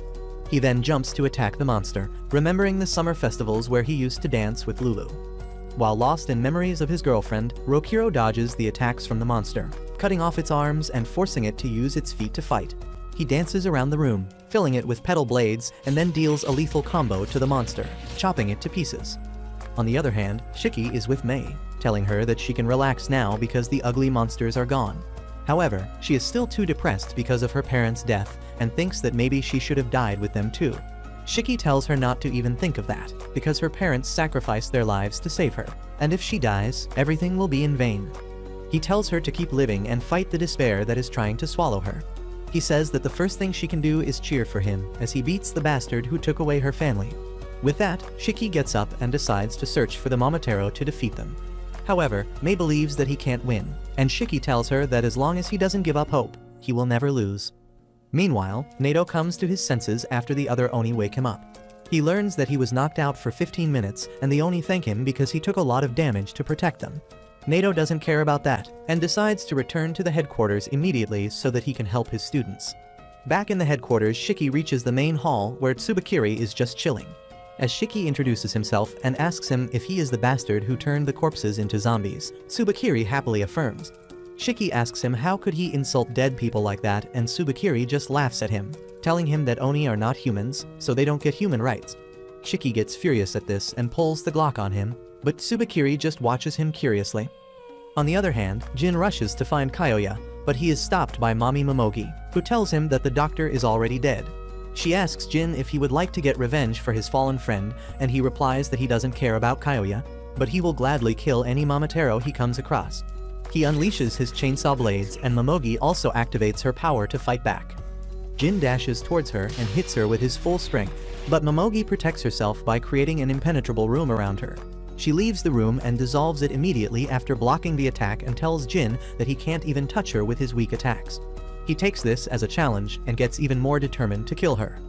On the other hand, Tsubakiri throws a knife at Shiki to disarm him, telling him to stop playing with toys and use his real power to attack him. Shiki gets pissed at this and decides to blow him away with his full power. He creates the powerful rocket launcher, controlling his power through pure rage and spite, and tells Tsubakiri that he will go all out to destroy him. He thinks about how much Mei suffered because of this bastard, and then about how Nato told him not to use his power because he can't control it. Shiki doesn't want anyone to tell him what he can do and what he can't, and he fires the rocket launcher at Tsubakiri, creating a massive explosion. However, Tsubakiri dodged that attack and Shiki takes this as a chance to taunt him, asking if he was so scared that he had to hide to save his life. Anyway, Shiki's attention goes to the coffin, and he wonders what is inside it. Tsubakiri answers his question by opening the coffin's door, and a man dressed in Momotaro clothes comes out of it. He declares that he will eradicate all Oni, and Shiki figures out that this is another one of Tsubakiri's zombies.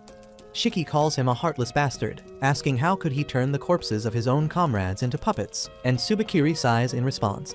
He calls Shiki a smooth-brained idiot who can't have any new thoughts of his own. He tells him that people have something called free will, and his zombie partner here actually volunteered to be turned into a puppet once he died.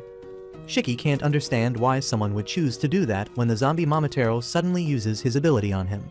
He sends dark shockwaves towards Shiki's heart, and in just a few seconds, Shiki finds that his body has become so heavy that he can't even stand up.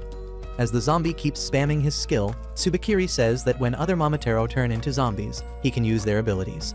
The ability of his current partner is to mix bacteria with oxygen in the air to make it incredibly heavy.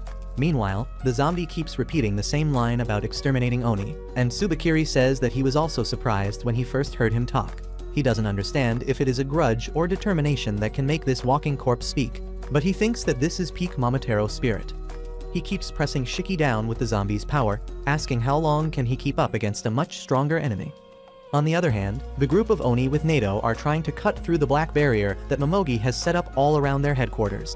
Their weapons shatter when they hit the wall, and they wonder if they should try other entrances. However, Nato tells them that it will be pointless because the barrier must be everywhere.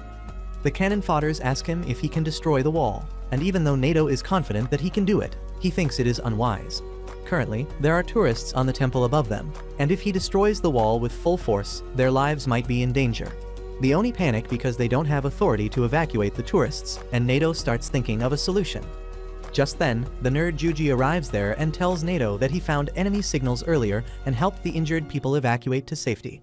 However, some of the support staff and most of the students are still inside. Nato realizes that they need to hurry to rescue everyone, but before that, they need to evacuate the tourists first.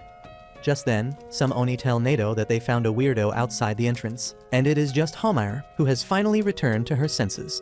She keeps on mumbling how she should not even be present in a beautiful place like this, but Nato is glad to see her. Suddenly, Juji starts acting like a top-grade pervert because he has a thing for girls in school uniform. He tells Homaire that he would like to gift his V-card to her, and she is grossed out by this creep. Even Nato is shocked because he thought that Juji was the most normal guy in this year's batch of freaks. Anyway, he figures out that there is a way to use Homaire's abilities to evacuate the tourists and immediately takes her to the forest surrounding the temple. Nato then calls Juji, who is in the temple, and tells him that he will create a small earthquake and a landslide to get all the tourists to evacuate. Juji is shocked by this, but Nato assures him that it will be a small landslide and no one will get hurt. The Oni soldiers are already spread throughout the temple to assist people in evacuating, and Nato tells Juji to scan the area to confirm that everyone has left after the evacuation. With that, he turns his attention to Homaire and asks her to summon the female titan she summoned before, because that is what is going to cause a landslide. She is afraid that she will go berserk, but Nato assures her that he will handle the situation. Despite his assurance, Homaire is too scared to use her powers and Nato gives up. He tells Juji that the landslide plan is cancelled and they need to find another way. He then tells Homaire that she is expelled because he doesn't need useless dead weights on his team. He begins skating away, but the nervous Homaire tells him that she is too afraid to use her power that she can't control. Nato replies that being scared is not a problem, but refusing to change is a big problem. He knows about the incident that Homaire caused in the past accidentally, but everyone in his class has a horrible past weighing them down. He tells Homaire that she needs to be the one who takes the first step towards change because no one can help her otherwise. She declares that she wants to change and suddenly bites her thumb, letting her blood gush out. The blood takes the form of the giant titan and starts attacking Nato, who dodges the attacks. The heavy hits from the female titan shake up the mountain and Homaire begins to panic. She apologizes for not being able to control her power, but Nato tells her it is fine because this is exactly what he wants right now. Because of the Titan's attacks, the ground starts shaking and huge chunks of the mountain begin sliding down.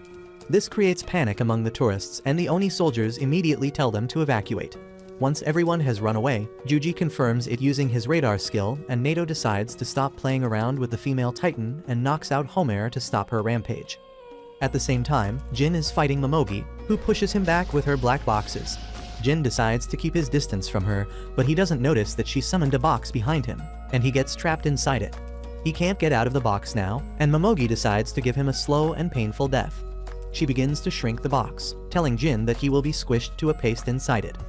He tells her that he will break through with sheer force, but Momogi doesn't think that it is possible. As the box grows even smaller, she says that the brain starts panicking when someone is enclosed in a tight space, and people lose the ability to do anything. She thinks the same will happen to Jin as the box shrinks further, but then suddenly, she hears the sound of a blade hitting the wall. She thinks it is impossible for him to do that in such a closed space, but Jin has more surprises for her. Suddenly, the box cracks, and then it is blown away to pieces as Jin emerges with chainsaws protruding out of his back. He tells Momogi that once upon a time, he slept in the AC duct of an abandoned building. That place was cold, damp and foul-smelling, and compared to that her box was a Jet 2 holiday. Momogi is pissed at that and decides to finish him with her next attack. But just then, someone throws the severed head of a monster there. It turns out to be the delinquent named Ikari, who is pissed at the Momotaro for thinking that they could kill him with trash like this. Jin tells him to stay back because this is his fight, but Ikari is already determined to take down the Momotaro in front of them.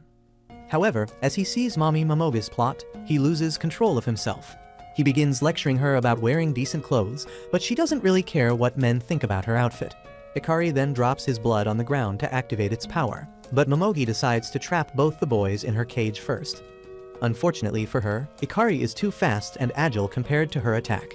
He easily moves through her attack and lands a solid kick to her jaw that rattles her. Momogi is shocked because she couldn't predict the attack, but turns out that even Ikari couldn't predict what his power would do. His blood ability gives him a random power depending on how angry he is, and right now, he got a pair of magical red boots that increase his speed and agility. Ikari thinks that he should have been more angry to get a better weapon, but Momogi just thinks that he is a speed-type enemy and she is not good against those.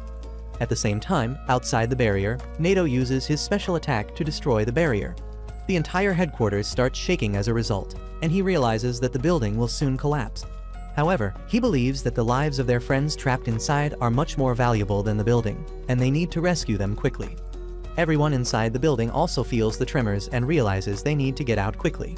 Meanwhile, Nato and his group reach the place where Momogi is fighting Jin and Ikari.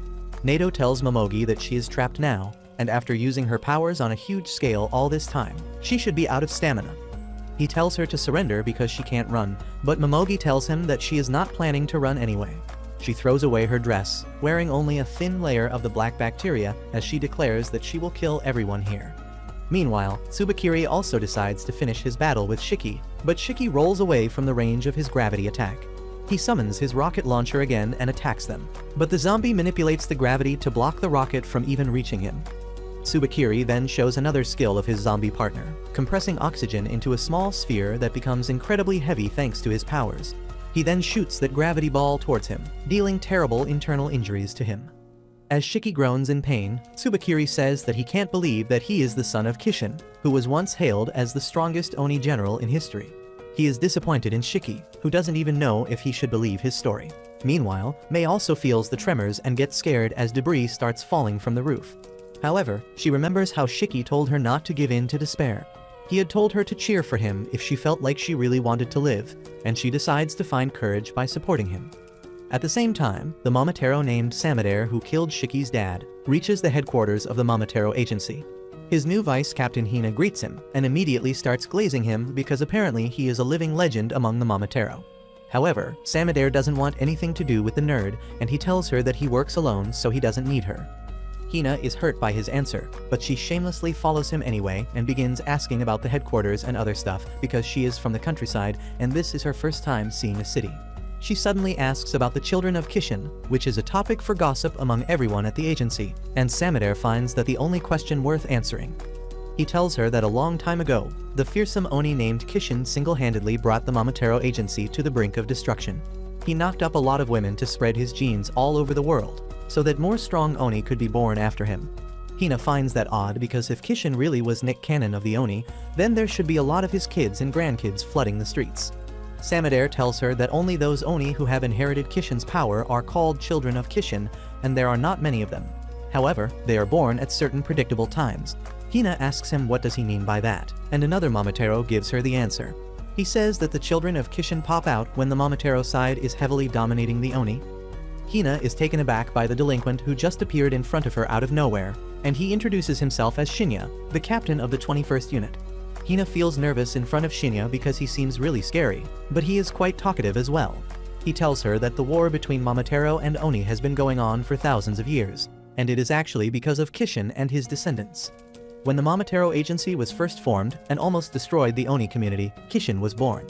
Ever since then, whenever they are about to end all Oni, the children of Kishin awaken their power and prolong the war. Shinya keeps cursing the Oni while scoffing at Hina, and then asks her why is it a problem that the Oni can live among the humans now.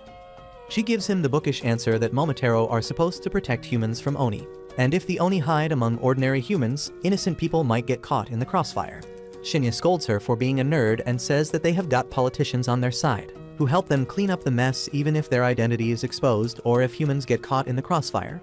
But it is those nasty politicians that create trouble for them.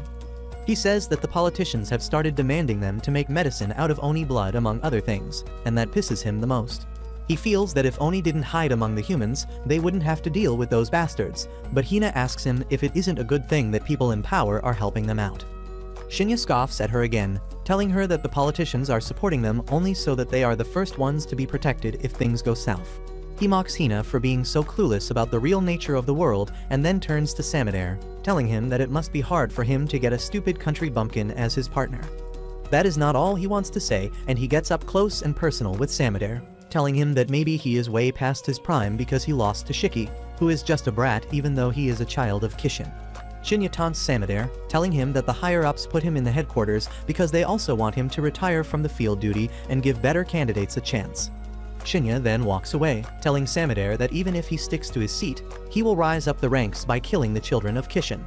Samadair immediately tells him to keep his hands away from Shiki because he wants to kill him personally. Shinya scoffs and says that it will be hard with just one hand left. After he leaves, Hina asks Samadair if there is only one child of Kishin, and he tells her that there are more. At the same time, Tsubakiri tells Shiki that there are always 8 children of Kishin in each generation, and he is one of them. He says that if Shiki's true power as a child of Kishin awaken, he will be a threat to the Momotaro agency, which is why they need to get rid of him. However, he feels that taking him in as a lab rat and studying what makes him special will be even better, which is exactly what he plans to do now. Shiki gets up as the zombie's power loosens its grip around him, and he curses Tsubakiri, telling him that he doesn't care about the legend of Kishin or whatever. He swears that he is not letting Tsubakiri get away after everything he has done, and immediately summons his rocket launcher. Shiki starts attacking Tsubakiri without holding back, forcing him to run around the room to dodge the attacks. However, he quickly runs out of stamina and falls to his knees, feeling dizzy from all the blood loss. He can't even move now, and Tsubakiri calls him a weakling who can't even handle this level of fighting. He notices that the building is starting to crumble down, so he orders his zombie partner to restrain Shiki and then notices that Mei is also hiding behind the wall. Tsubakiri says that maybe he will finish her off next, and Shiki is horrified as he sees Mei in danger. He asks her to run, but Mei comes out of hiding instead. She asks Tsubakiri if this is how he killed her parents, and he scoffs, saying that he doesn't even remember how he exterminated those pests. Mei asks him how could he kill her parents because they didn't do anything, but he just laughs at her, saying that Oni are insects and they can never have human families. Shiki once again tells Mei to run away, but as he hears her name for a second time, Tsubakiri actually remembers her parents. He tells her that they begged before him to spare her life, and they looked so pathetic that he decided to let her live. However, once he told them that he would kill her later anyway, they were mortified. Mei starts crying as she hears this, but Shiki yells at her that this is not the time to cry. He gets up, telling Mei that they will defeat these bastards first and then cry together later. Tsubakiri laughs on seeing that Shiki is crying and asks how can an Oni even cry. Shiki tells him that he can cry because he has a heart, and if Tsubakiri can't understand that, he is the true demon here. Tsubakiri gets pissed at this and uses the zombie to crush Shiki even further. He then decides to end Mei's life too, and the air around her gradually gets heavier. Shiki panics at this, realizing that he will fail to protect another person at this rate. He pushes his body to its limits, hoping to find some hidden stash of strength that can help him protect Mei. Suddenly, his fingernail is ripped open, and the blood coming out of it erupts into a fire tornado. Tsubakiri is taken aback by this, because this means that Shiki is awakening his power as a child of Kishin. The children of Kishin have an unique element attribute, and Shiki has the flame attribute. Thanks to his newly awakened powers, he cancels the gravity field pressing him down and feels that he still has the energy to fight. Tsubakiri is shocked by this, but he decides to take him down before he can recover. However, the moment he tries to use his powers, a bullet from Shiki tears through his arm and sets it on fire. Tsubakiri panics, thinking that Shiki is really dangerous if he is still so powerful with just a little amount of blood. But just then, Shiki falls on his knees because he can't control the flames surrounding his body. Tsubakiri notices this too, and he immediately presses Shiki down again. He then decides to kill Mei, telling her that her parents were vermin who died pitiful deaths, and she will be like them too. Shiki curses him, asking what the hell did Mei's parents even do to him. He asks if Oni are not even allowed to live peaceful lives, and that reminds Mei of the time she asked the same question to her parents. They told her that everyone is allowed to live a peaceful and happy life, and she starts crying as Shiki says the same thing. However, Tsubakiri, the racist, gets pissed at this, and he decides to end both of them with his ultimate attack. He creates a gravity vortex with a zombie's power, and Shiki creates his gun again to fight back. Tsubakiri thinks that he is just bluffing because he doesn't have enough blood left to create ammo, but Shiki is determined to fight till the end to protect Mei's future. Meanwhile, Mei thinks about her parents and how they told her to never give up on her future. She takes a deep breath and cheers on Shiki, and suddenly, the flames surrounding him erupt once again. He gets his power back and Tsubakiri can't understand how that can happen. However, Shiki is happy that Mei kept her promise to him, and with his recharged power, he shoots a powerful shot at the gravity vortex, tearing it apart. Tsubakiri can just watch it happen, and then the explosion from Shiki's attack hits him head-on, dealing huge damage. As the severely injured Tsubakiri lies on the ground, he regrets underestimating Shiki. He can't believe that he lost to someone who recently awakened his powers, but he realizes that he is too injured to get out of this situation alive. He crawls forward towards his zombie partner Manaka, recalling how they first met. A few years ago, Tsubakiri was just a researcher in the Momotaro agency, and he had no interest in joining the combat forces. He was satisfied with his job of experimenting on the Oni they captured and spent most of his time in his lab. But then one day, Manaka came to recruit him into his team. Tsubakiri immediately hated Manaka's habit of meddling into the lives of others, and he refused his offer. However, his refusal had the same value as I have in my family, and the next day, he was transferred to Manaka's squad because of orders from the higher-ups. Tsubakiri found that Manaka had the aura and charisma of a leader, and he was kind enough to offer prayers for the Oni he killed. Tsubakiri could never understand any of that, because after his parents were killed by an Oni, he slowly lost his emotions. He didn't care that much about his parents anyway, because they were always busy with the agency's work and never gave any time to him.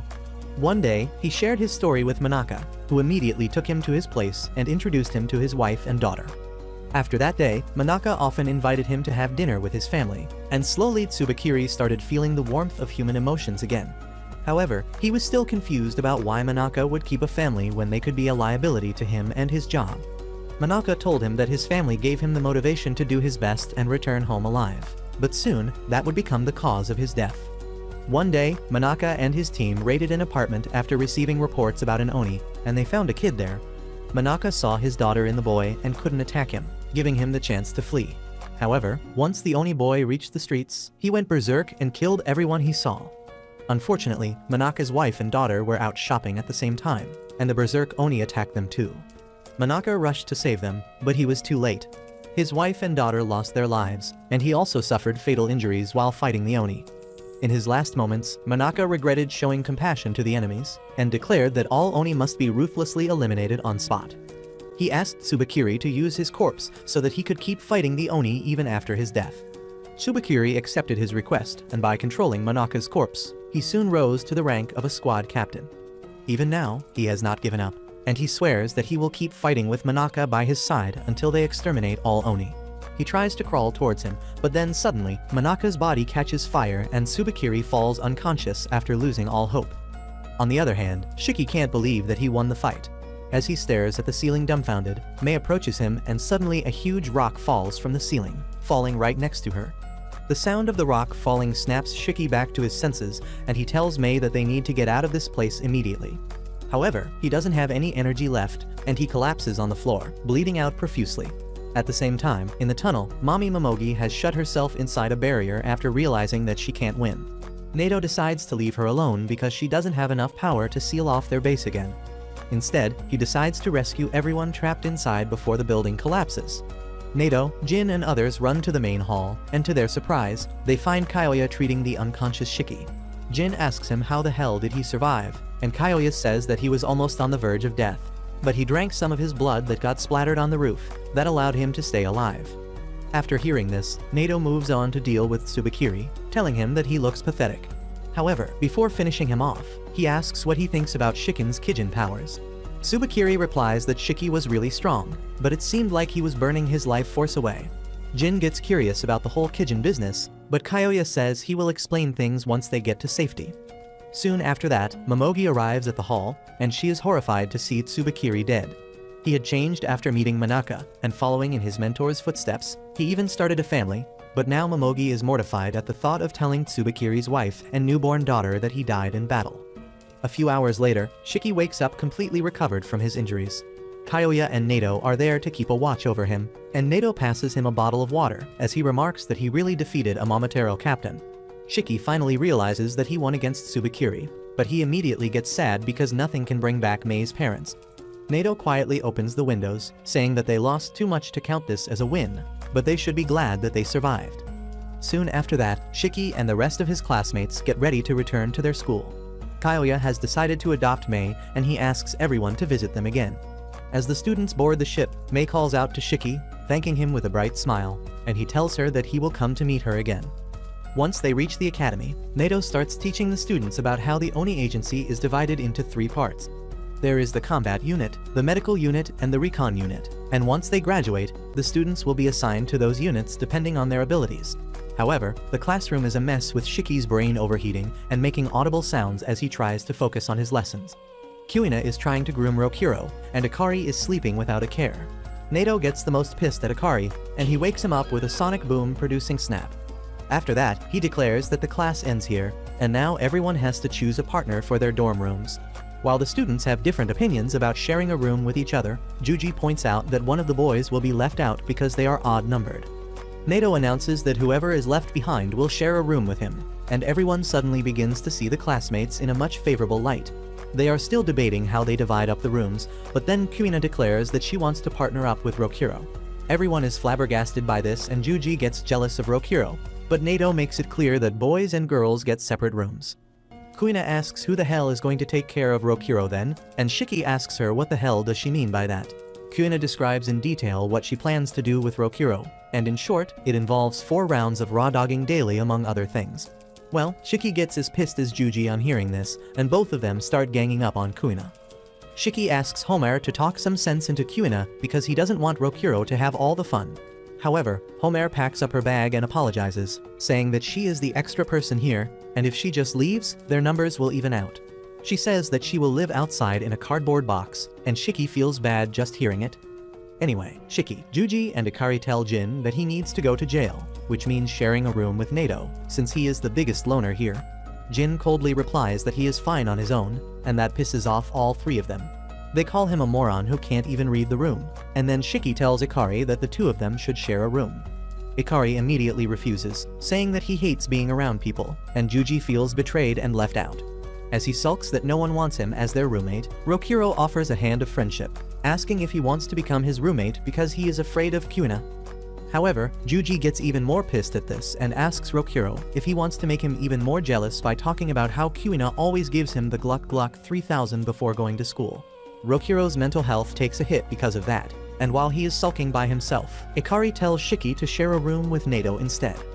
Shiki refuses, saying that he wants to talk about crushes and stuff with his roommate before falling to sleep. He talks about how excited he is to go on a school trip with everyone because he has never been to one before, as he was suspended from middle school and then expelled right as he joined high school. Everyone is surprised to hear that Shiki went to school, and he asks them why are they so surprised. Juji replies that his powers awakened when he was young, so he never got the chance to go to school. The others have similar stories, and Shiki realizes that they were worse off than him. Anyway, Nato tells them to quit wasting time and decide their roommates already, and Shiki says that they should use the rock-paper-scissors-split method to decide who they get to pair with. Everyone agrees with the idea, and as they throw their signs, Juji turns out to be the odd one out. He is devastated because he now gets to share a room with Nato.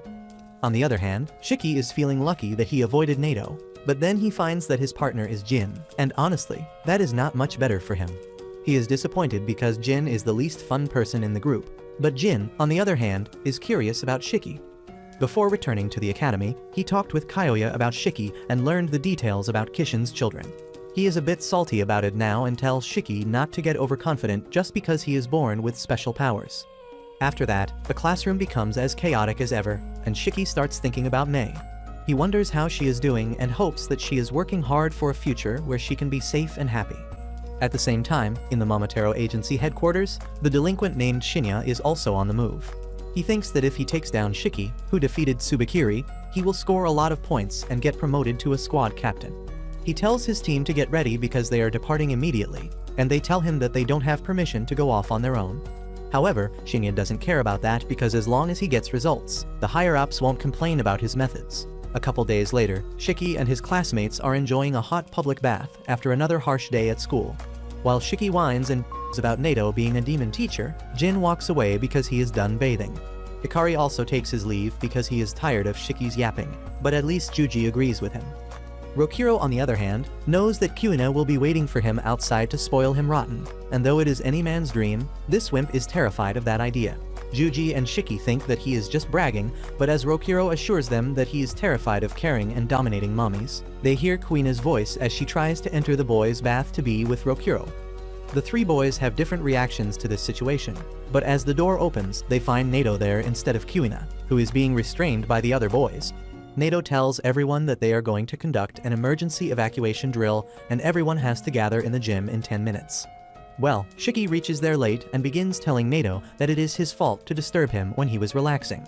Nato isn't having any of his bull and asks him if he would like to train in the storm raging outside if he has a problem with the evacuation drill, and Shiki immediately changes his stance. Anyway, Nato begins his lecture, telling the students that if they can't act as a team and take swift actions during emergencies, their chances of survival go drastically down. He says that this exercise is to train them to work in a team and then points towards the supplies kept in the corner of the hall. He tells them to stay inside the gym until further notice while he leaves to patrol the campus. Everyone is relieved when Nato finally leaves them, but now they have no idea what to do. Jin is the first one to notice a pot among the supplies and Shiki says that it might have a bomb inside. He points his finger gun at it, saying that the best way to dispose of a bomb is to shoot it from a distance. But Ikari and Homer tell him to stop because even a monkey can tell that the pot has their dinner. Shiki laughs, telling them that he was just joking, but Ikari gets mad at him and calls him an idiot sandwich. Shiki gets into an argument with him, but that ends pretty quickly as Homer begins to apologize for offending him. Anyway, while they fight, Kuina decides to get some food for her dear Rokuro, and she finds that it is their staple curry and rice. As everyone sits down to eat, Shiki starts acting fussy and asks if anyone wants his bean sprouts because he hates any food that looks green. Homer tells him not to be a picky eater, and even though she loves stir-fried bean sprouts, she doesn't love them enough to accept someone's leftovers. Just then, Shiki notices Ikari near the pot because he finished his first serving, and he immediately swallows all his food in 3 gulps before rushing to get a second serving. Jin watches them from a distance, and even though he wants to rush to get another serving as well, he can't eat fast because he finds it hard to tolerate spices. He doesn't want anyone to think that he is a wimp, so he just eats at a slow pace. On the other hand, Kuina asks Rokuro if he wants another serving as well, and he replies that he is full, and if he eats too much, he gets nauseous. He is low-key jealous of the morons who can eat all they want, but he is also glad that they have got pudding along with the curry. He tells Kuina how much he loves pudding, but this retard gets jealous at this and asks him if he loves pudding more than he loves her. Rokuro doesn't even know what to say as Kuina starts shaking him, but then she decides to make pudding for him later, and he thanks her for that. This suddenly changes Kuina's mood, and she tells Rokuro that he can have her pudding too. Anyway, once everyone is done eating their dinner and dessert, Homer finds that 1 pack of pudding is left. She asks if anyone missed theirs, but everyone has had their share of pudding. She then asks if anyone wants the extra pack and Jin decides to stop acting tough and raises his hand. However, Shiki swipes off the pudding from Homer's hand instantly. Jin puts down his hand in frustration, but Shiki sees it just in time. He tells Jin to stop hesitating if he is hungry and offers him the final plate of curry he was saving for later. But his genuine gesture only pisses off Jin. At the same time, Nato is inspecting all the rooms one by one as a part of the emergency evacuation drill. Just then, the green messenger pig of the academy comes there and Nato picks up the phone to find the principal on the other side. The principal tells him that he doesn't need to stick to the rules of the emergency drill, because they both know that there is no real danger on the campus. He tells Nato to go and spend some quality time with his students, but then realizes that the students would be more comfortable without him there. Nato agrees, but he just hopes that his students can get along well with each other, but he doesn't see it happening anytime soon. He begins talking about how everyone has their emotional baggage, and getting along with others is not easy for any of them. Back in the gym, Jin gets ready to fight Shiki for the pudding, and Shiki calls him a coward who can't even say that he wants extra pudding. This angers Jin even more, and he releases his blood chainsaw, prompting Shiki to summon his bazooka as well. Jin shoots the chainsaw at him first and Shiki blocks it, but just as he is about to return fire, Nato arrives there. He is disappointed that they were risking their lives over a pudding, and even more disappointed that they ate all the food and didn't leave any for him.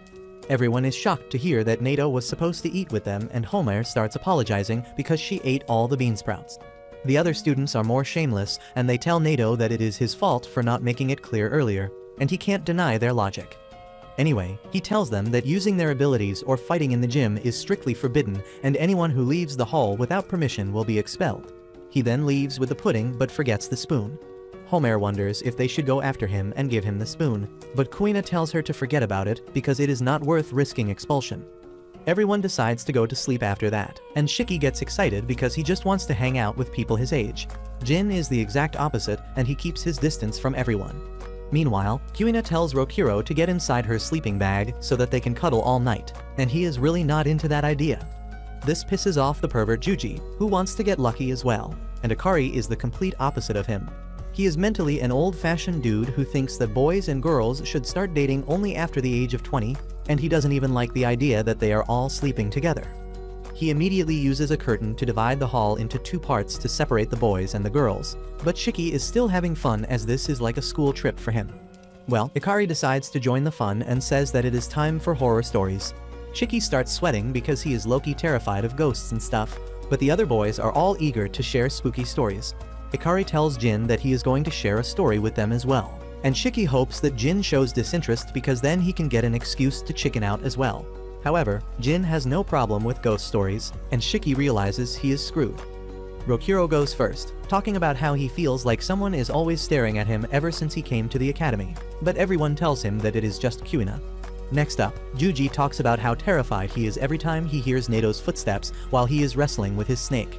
Shiki is glad that no story has been about ghosts yet, but then Akari starts reciting a story about the ghost of a woman on a mountain pass. Suddenly, the light goes out and the terrified Shiki lets out a wild scream. He acts cool and tries to pass blame when Juji turns on the flashlight, but there are bigger things to worry about. Jin says that it seems the rumors about ghost stories attracting real ghosts are true, and then points out to a ghost standing in the corner. It is just the principal who is trying to spook the kids to make them bond with each other a little bit, but Shiki, Rokuro, and Juji are terrified. They cling to Akari, who pushes them away because this is the first time he has seen a real ghost and he wants to become a ghostbuster. He charges at the principal, who blows him away with a force field, and Jin decides to go next. The cowardly trio latch on to him next, and as he tries to get rid of them, Shiki lets his fear take over his reasons. He summons his gun and begins firing randomly, blowing up the room without even aiming straight at the principal. When Nato arrives at the gym later, he is aghast to see what has happened, and the principal asks him to tell the students that it was just a bad dream and there was no ghost whatsoever.